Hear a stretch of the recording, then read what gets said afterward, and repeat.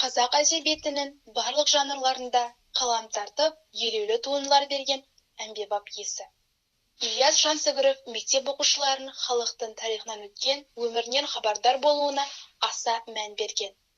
Ақынның терең идеялы, көркем мүсінді эпикалық шығармаларының танымдылық тәрбиелік мәні өте зор. Қалың оқырманның ойына ой, сезіміне сезім қосады.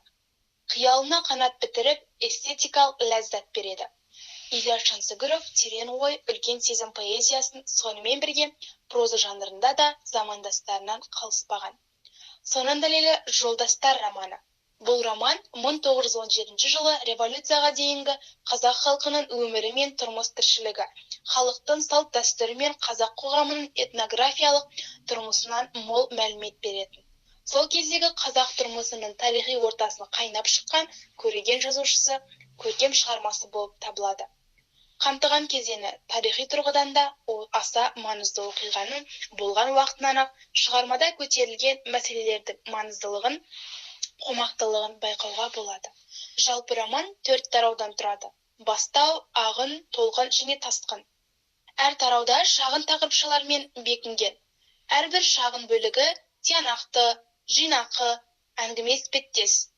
Автор өз мақсатын романның әр тарауда біртіндеп көрсетіп, кейіпке келтіріп, нақтылы жүйесіне түсірген.